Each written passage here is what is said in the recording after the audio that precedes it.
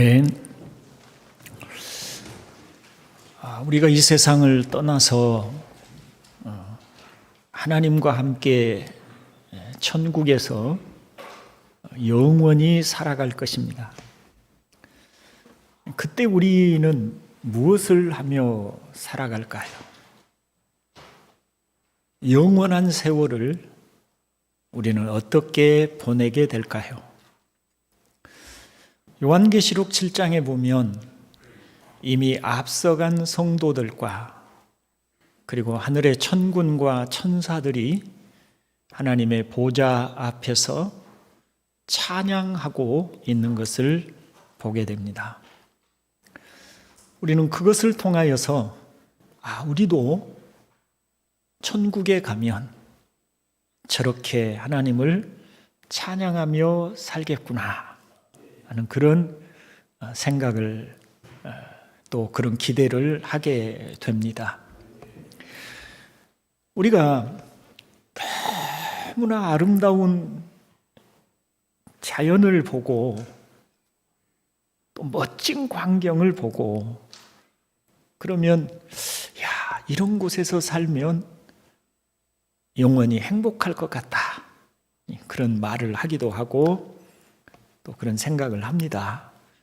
근데 천국은 이 세상 어떤 아름다운 것보다 더 아름답고 빛나는 곳일 뿐만 아니라 그런 외적인 환경을 넘어 우리 안에서 끊임없이 솟구치는 뜨거운 감사가 있는 곳입니다. 그래서 우리는 천국에서의 삶은 늘 행복하리라고 믿습니다. 성도의 특징 중에 하나는 감사이죠. 왜냐하면 우리는 감사할 일들이 너무 많이 있기 때문입니다. 그런 점에서 오늘 본문을 통해서도 우리가 무엇을 감사할 수 있을까? 왜 우리는 감사하며 살까? 하는 그런 면들을 볼 수가 있는데요. 이제 하나씩 살펴보며 감사가 성도의 특징이 되는 이유를 말씀을 드리고자 합니다. 먼저 우리가 어디로부터 구원을 받은 것인지를 알게 되었으므로 감사하게 된다는 것입니다. 12절을 함께 읽어봅니다. 우리로 하여금 빛 가운데서 성도의 기업의 부분을 얻기에 합당하게 하신 아버지께 감사하게 하시기를 원하노라. 아멘. 자, 이 구절을 우리가 자세히 보면 빛 가운데서라고 합니다. 이 빛 가운데서는 13절의 흑암과 대조되는 말이고요. 사랑하는 아들의 나라와 연결됩니다. 그래서 현대인의 성경은 그 의미를 살려서 우리가 흑암의 권세에서 빛의 나라인 사랑하는 아들의 나라로 옮기셨다고 말씀을 하고 있습니다. 흑암의 나라에서 빛의 나라로, 흑암의 권세에서 사랑하는 아들의 나라로 옮겨졌다.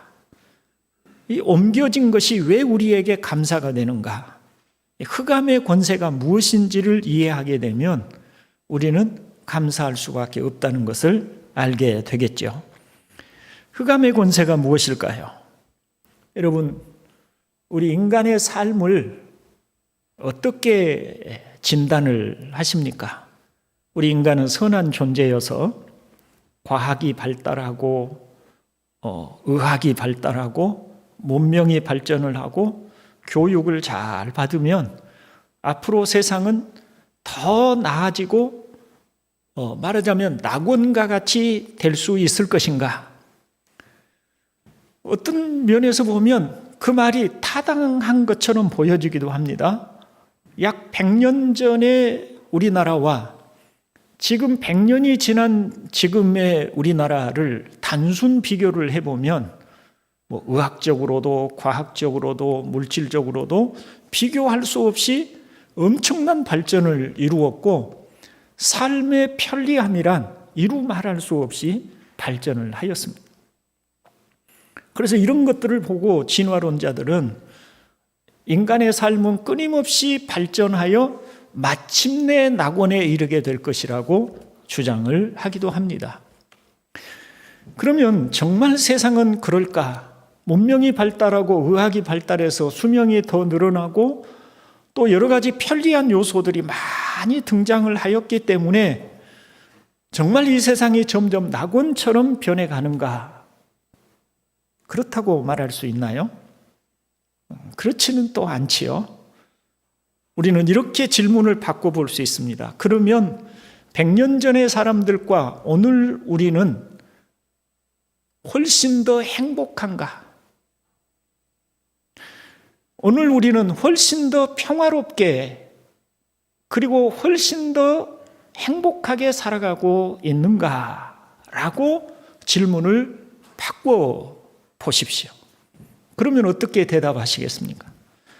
물론 우리는 100년 전에 살아보지를 않았기 때문에 그때의 사람들이 느꼈던 행복감과 지금 우리의 행복감을 비교하기란 어려운 일이기는 합니다. 그럼에도 불구하고 우리는 인간 간의 갈등이 여전하고 또 심지어 가장 사랑하고 가장 아끼며 살아야 할 부부간의 불화도 오히려 더욱 많아졌으면 많아졌지 적어지지 않았다고 말할 수 있고 사람들 간의 시비와 다툼과 갈등 또한 여전히 이 세상에 가득하여 우리는 하루라도 편안할 날이 없이 살아가고 있다는 점에서는 모두가 다 동의하지 않을 수가 없을 것입니다. 영국의 찰스 버그 박사라고 하는 분이 쓴 책의 제목이 인류에 대하여 말하면서 제목을 광유, 미칠 광자를 써서 광유라고 책을 썼습니다. 미친 인간이라는 것이죠. 제가 자세하게 읽지는 않았습니다만 며칠 전에 얼핏 기사 제목을 보니 그 가자 지구의 팔레스타인 난민들이 식사를 하기 위해서 줄을 서서 이제 배급을 기다리고 있는 거기에 알면서도 이스라엘에서 폭격을 하여서 그 무고한 사람들이 많이 죽었다고 하는 그런 내용을 얼핏 보았습니다. 미친 짓 아니겠습니까? 함께 총칼을 맞대고 싸우고 겨루고 있어도 이게 미친 짓인데 정말 그 싸우는 사람들 사이에서 아무 힘없는 노인들과 여자들과 어린아이들이 그 난민이 되어서 그 배급을 받아서 겨우 밥을 먹어야 하는데 거기에다가 알면서도 폭격을 해서 많은 사람들을 살상하게 하는 이런 인간의 모습은 과거나 지금이나 변하지 않습니다. 이런 인간들 속에서 이런 인간으로 우리가 살아가고 있어요. 왜 그런가요? 왜 우리 인간은 미친 인간이 될 수밖에 없는 것인가요? 성경은 우리가 흑암의 권세 아래 있기 때문이라고 대답을 합니다. 아담과 하와가 사탄의 유혹에 넘어가서 타락함으로 인간은 하나님에게서 쫓겨났고 죄로 타락하여 하나님에게서 쫓겨난 인간은 강력한 힘을 가진 마귀, 즉 사탄의 권세 아래에서 종노릇하게 되었습니다. 이에 대해서 요한 사도는 우리는 하나님께 속하고 온 세상은 악한 자 안에 처했다라고 말하고 있는데 이 악한 자가 누구를 가리키죠? 마귀죠. 그래서 현대인의 성경에서는 마귀의 지배 아래 있다고 그 의미를 풀어서 설명을 합니다. 에베소서 2장 2절에서는 공중 권세 잡은 자가 이 세상의 풍조를 움켜쥐고 있다고 설명을 하고 우리는 그에 끌려서 살았다고 말을 하고 있습니다. 마귀가 어떤 존재인지 성경이 그 출신을 정확하게 우리에게 설명해 주지 않기 때문에 우리는 모든 사실을 다 알 수는 없지만 마귀는 피조물이면서 대단한 힘과 지혜를 갖춘 영적인 존재임을 알 수가 있습니다. 또 마귀는 아담과 하와가 창조될 때에 이미 존재하고 있었습니다. 그런데 그 마귀의 특징은 거짓말쟁이입니다. 주님은 그를 거짓의 아비, 모든 거짓을 시작점이 바로 마귀다. 모든 거짓의 본류가 바로 마귀다 라고 하셨습니다. 마귀는 속이는 자입니다. 아담과 하와를 속였고 지금도 온 세상을 속이고 있습니다. 마귀는 파괴자요 혼란을 조성하는 자입니다. 마치 이사야 57장 20절에 악인에 대해서 설명하면서 악인들은 끊임없이 물결을 일으켜 진흙과 더러운 것을 솟구쳐 오르게 하는 요동하는 바다와 같다고 표현하고 있는데 여러분 그려지시나요? 오물들이 가득한 그 물 밑바닥에 그것들을 끊임없이 솟구쳐 내는 것과 같은 그런 존재, 끊임없이 어디에서 솟구쳐 올라오는지 모르는 악을 계속 생산해내는 이런 존재, 이게 마귀라는 것입니다. 그 사람들이 즐겨 먹는 초콜릿과 같은 그 제품에 그 원재료 있지 않아요? 그 원재료를 생산하기 위해서 어린 아이들을 마치 노예처럼 어떤 그 농장 안에 가두고 마음대로 활동하지 못하게 하면서 임금이라고는 아주 작은 그 충분한 임금이 아닌 너무나 작은 임금을 주면서 노예로 부리며 그 초콜릿의 그 원료를 생산해내고 우리는 그것을 또 맛있게 만들어진 제품을 먹으면서 소비하고 있는 이런 세상이 바로 이 악을 솟구쳐내는 세상입니다. 이 모든 일의 근원에는 바로 마귀가 있었던 것이죠. 마귀는 광명의 천사로 변장하고 인간을 유혹하여 자신의 소유로 만든 후에 마치 애굽의 바로가 책찍질과 학정과 폭력으로 이스라엘 백성들에게 억압을 가했던 것과 같이 인간을 비참한 고통 가운데 살게 하는 악한 자입니다. 흑암의 권세 아래에 종노릇하는 이 흑암의 권세, 즉 마귀의 권세 아래 종노릇하는 인간은 스스로의 힘으로 이 마귀의 권세에서 벗어날 길이 없다는 것이 성경이 우리에게 가르쳐 주는 바입니다. 바울은 로마서 6장에서 마귀의 지배 아래에 있는 것을 죄의 종으로 표시하고 표현하고 있고요.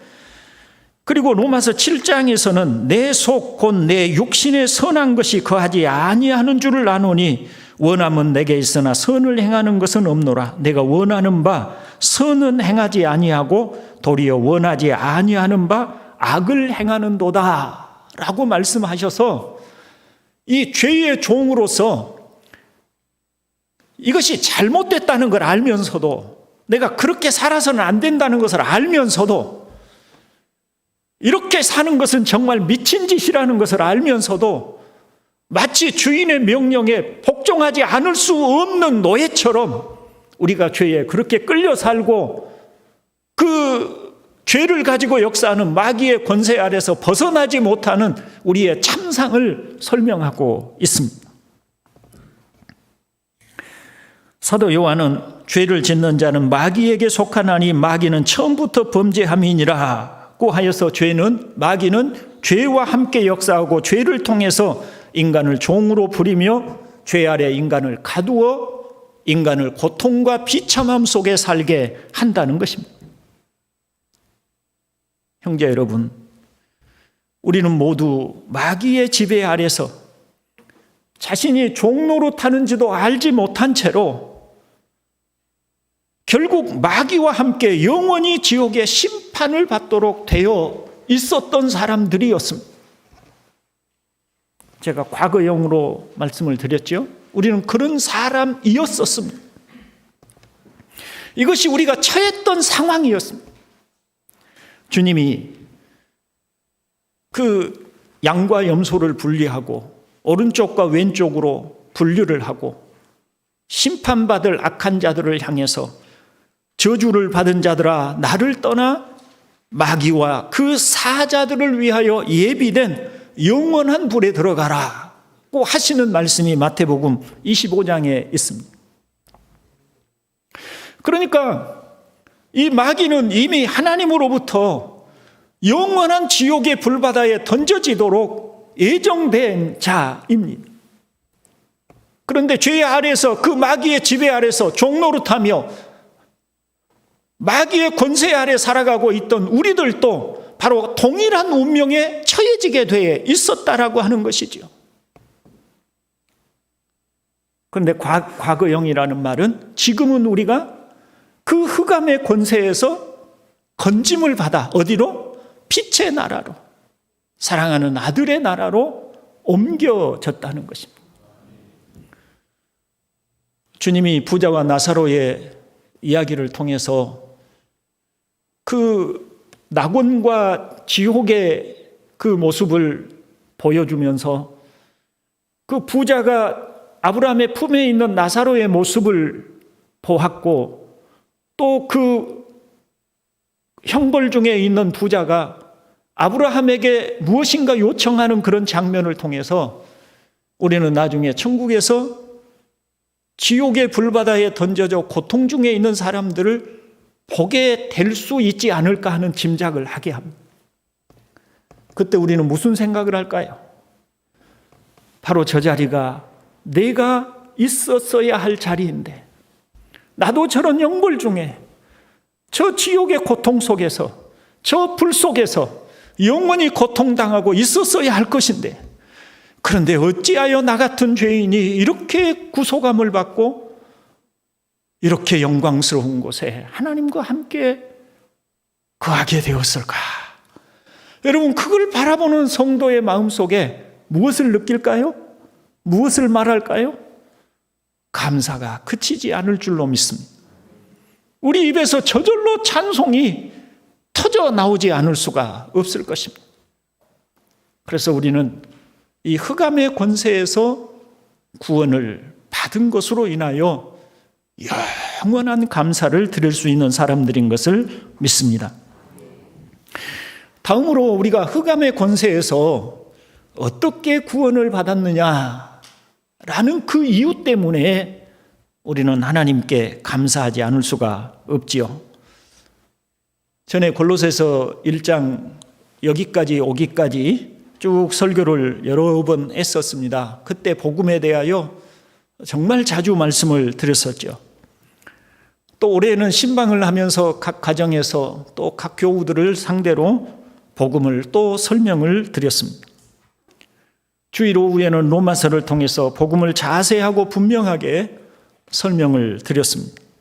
오늘 본문도 복음에 대한 말씀을 하고 있습니다. 14절 읽어봅니다. 그 아들 안에서 우리가 속량 곧 죄 사함을 얻었도다 라고 합니다. 여기 속량이라고 하는 단어는 속전을 받고, 속전이라고 하는 것은 여러 차례 설명을 드렸죠. 가장 쉬운 예로 노예가 팔릴 때 이 노예가 가지고 있는 값어치, 그 대금을 지불하고 그 노예를 사는 것, 이걸 가장 쉽게 설명할 수 있는 속전이라는 말이에요. 우리가 시장에 가면 어떤 물건을 사잖아요. 그 물건에 매겨진 값이 있죠. 그 값을 주고 내가 그 물건을 사는 것이. 사서 어떻게 하느냐? 자유를 주는 것. 이게 속량이에요. 그러면 우리가 속량을 받았다면 무엇인가에 얽매여 있다는, 우리가 무엇의 종이었다는 얘기잖아요. 무엇의 종이었습니까? 마귀의 종노릇하였고 죄의 종노릇하였고 흑암의 권세 아래 우리는 거기서 노예처럼 살았어요. 아까 로마서 7장의 말씀처럼 선을 원하는 내 마음에 선을 원하는 마음이 있을지라도 그렇게 살 수 없는, 마치 주인의 명령에 복종하지 않을 수 없는 노예처럼 우리는 죄에 끌리고 그 권세 아래서 감히 항거하지 못하고 그렇게 살았었어요. 우리는 노예였어요. 그런데 자신이 노예인 줄을 모르고 살아요. 그게 인간의 운명이에요. 마귀는 우리를 속이는 자이기 때문에 우리가 노예인 줄을 알지 못하게 하면서 죄의 노예, 마귀의 노예로 우리를 살게 하고 있는 것이죠. 세상에 있는 사람들에게 당신들 마귀의 종 아래, 마귀의 노예요라고 말하면 아무도 믿지 않습니다. 왜냐하면 마귀는 속이는 자이기 때문이죠. 그런데 그런 마귀의 종노릇하고 있는 우리를 속량, 값을 치르고 구원해 주신 것입니다. 누가 값을 치렀습니까? 요즘 고난주간, 다음 주간이 고난주간이고 우리가 순환 그 사순절 기간을 지나고 있는데 주님이 십자가에서 우리의 죄 값을 치르신 것. 죄가 가지고 있는, 마귀는 죄를 통해 역사를 하기 때문에 죄가 가지고 있는 힘을 파괴시켜버리면 그 죄가 더 이상 우리에게 역사하지 못하고 마귀가 우리를 종으로 삼을 수 없는데 그 죄의 값을 다 치러서 죄가 가지고 있는 힘을 파괴시켜버린 거예요. 어떻게 하셨는가? 그것을 제가 하나의 스토리로 말씀을 드려보면 하나님께서 의로우시고 진실하신 분이셔서 죄 있는 사람을 죄 없다고 말씀하실 수 없으신 거예요. 하나님 앞에서는 거룩하고 의로우신 하나님께서는 마땅히 죄인을 심판하실 수밖에 없는 거예요. 그런데 하나님이 여기 있는 저와 여러분들을 구원하시고자 뜻을 가지셨는데 우리의 죄가 문제가 되잖아요. 그래서 하나님은 누군가 우리의 죄의 값을, 누군가 우리가 죄에 대한 책임을 대신 져주면 그것으로 인하여 우리가 더 이상 죄가 우리를 주장하지 못하도록, 즉 죄가 우리에게 역사하지 못하도록 그렇게 하심으로 구원하실 뜻을 가지셨죠. 아버지의 그 마음을 아신 분이 계셨습니다. 누구십니까? 아들이신 성자 하나님이셨습니다. 아버지의 마음을 다 아시고 우리를 사랑하셔서 구원하고 싶어 하시는 그 아버지의 마음을 아신 아들은 자신이 자원하여 그 일을 하시겠다고 하셨습니다. 그래서 아들이 우리와 같은 사람의 몸으로 이 땅에 오시게 됩니다. 성경은 그분은 근본 하나님의 본체이셨다고 합니다. 본체. 하나님과 동등하신 분이셨어요. 하나님 그분이셨다는 이야기입니다. 하나님의 위치에 계신 분이셨어요. 근데 그분이 아버지의 마음을 아시고 우리를 구원하시기 위해서 피조물인 우리와 같은 육체를 입고 이 땅에 오셨습니다.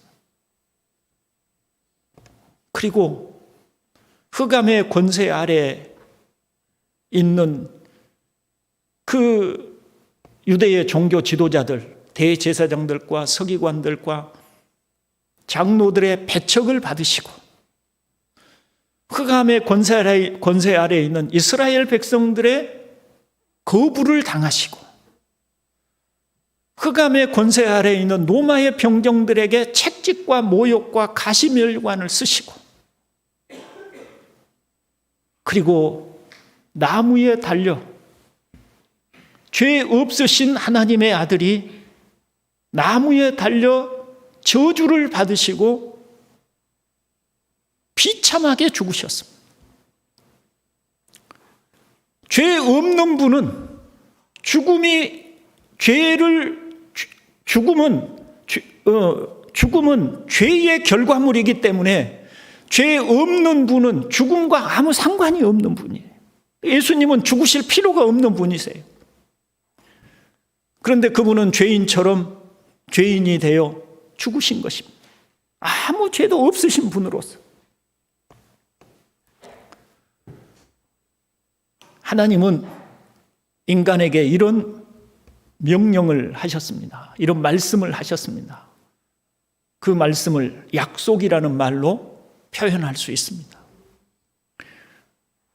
하나님의 아들 예수 그리스도가 아무 죄 없는 분으로서 십자가에서 저주를 받으시고 죄인이 되어서 죽음을 당하셨는데 이 예수를 자신의 주님으로 영접하고 그 십자가에 달려 죽으심이 자신의 죄를 위하여 죽으심인 것을 믿음으로 받아들이면, 그걸 믿으면 우리의 죄에 대하여, 각자의 죄에 대하여 그 책임을 그 사람에게 묻지 않으시고 십자가에 달리신 예수가 대신한 것으로 간주해 주겠다. 그렇게 여겨주겠다. 누가 심판하십니까? 아버지가 심판하시죠. 심판하시는 하나님이 십자가에 달린 예수가 자신의 죄를 위해서 죽으신 것을 믿으면 예수가 너의 죄를 대신하여 너의 죄값을 다 다 치렀으므로 내가 여겨 너의 죄에 대하여 정죄하지 않겠다는 것이 하나님의 약속입니다. 거기에서는 우리가 한 일이라고는 아무것도 없습니다. 우리는 죄 없이 살지도 않았고 하나님의 마음에 들기 위해서 애를 쓰지도 못했고 또 우리가 하나님의 마음에 들기 위해서 애를 쓴다고 한들 우리 정도의 수준 가지고 하나님의 마음에 흡족해 할 만한 능력도 없는 것이고 우리가 한 일은 아무것도 없습니다. 오직 하나님의 약속을 믿은 것뿐입니다. 그렇게 그 믿음을 따라서 하나님은 그 믿는 자들을 흑암의 권세에서 아들의 나라로 옮겨주셨다는 것이에요. 그게 지금 이 얘기입니다. 그렇게 아들의 나라로 옮겨주신 우리를 향해서 붙여주시는 호칭이 성도입니다. 성도라는 말은 다른 말로 표현해 보면 거룩한 사람이라는 뜻이에요. 캐톨릭에서 무슨 성인,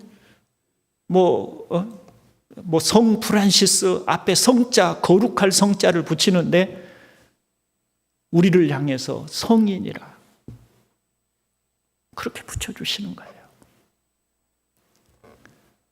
그러니 우리가 아무것도 한 일도 없으면서 당연히 우리가 지은 죄에 대하여 우리가 형벌을 받아야, 심판을 받아야 마땅함에도 불구하고 우리가 심판을 받지 않고 아들 대신 예수 그리스도께서 심판받으심으로 인하여 우리는 아무 잘한 일이 없음에도 불구하고 그저 의롭다고 하나님의 자녀의 아들의 나라로 옮겨주시고 빛의 나라로 우리를 옮겨주셨으니 그러니 여러분 이것을 아는 우리는 감사하지 않을 수가 없는 것입니다. 이 감사는 영원한 감사인 것이다. 영원히 아까도 말씀드린 바와 같이 만일 우리가 천국에서 가정을 해본다면 천국에서 어떻게 내가 이곳에 있지? 어떻게 나 같은 사람이 이곳에 살고 있지? 내가 어떻게 이 영화로운 곳에 있지? 라고 생각할 때마다 내 구주께서, 우리 구주 예수 그리스도께서 그 속량하신 은혜로 내가 이렇게 이곳에 있구나. 여러분, 얼마나 속에서 깊은 감사가 터져 나오겠습니까? 그래서 복음을 알고 믿은 사람은 감사할 수밖에 없는 것입니다. 말씀을 마치려고 합니다. 요즘 여러분의 삶에 불편하게 하고 여러분의 얼굴을 찡그리게 하고 아프게 하는 것들이 무엇이 있습니까? 그러나 그것보다 하나님께서 주신 은혜가 훨씬 큼을 믿으시기를 바랍니다. 요즘 여러분의 마음에 감사가 식어지고 삶이 불편스러워지고 괴로워지고 자신이 행복한 사람이라고 여겨지지 않고 뭔가 괴롭다고 여겨지는 어떤 것이 있습니까? 다시 한번 복음을 살펴보십시오. 그러면 여러분은 행복한 사람인 줄을 알게 될 것입니다. 우리 안에서 끊임없는 감사가 우리 안에서 마치 강렬한 생수가 솟구쳐 올라오듯이 감사가 늘 충만하게 솟구쳐 올라오는 그런 삶이 될 수 있기를 주님의 이름으로 축원을 드립니다. 기도하겠습니다.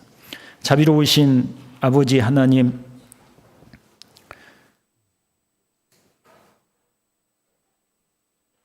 우리 동산교회 형제들의 마음을 열어, 영의 눈을 열어, 우리의 우둔한 지각을 열어, 아버지 하나님, 우리가 어떤 은총을 얻게 되었고 은혜를 얻었는지를 보게 하시옵고 알게 하여 주시옵소서. 그러므로 우리 안에 우리 아버지 하나님이 주신 은혜에 대한 찬탄과 감사가 우리 안에서 폭탄이 터지듯 터져 나오게 하여 주시옵소서. 우리 안에 그 행복감으로 인하여 받은 은혜로 인하여 우리 얼굴에 어두운 것들이 거쳐지고 감사가 또 기쁨이 우리의 마음과 얼굴을 가득 채우게 하여 주시옵소서. 구주 예수 그리스도의 이름으로 기도드리옵나이다. 아멘.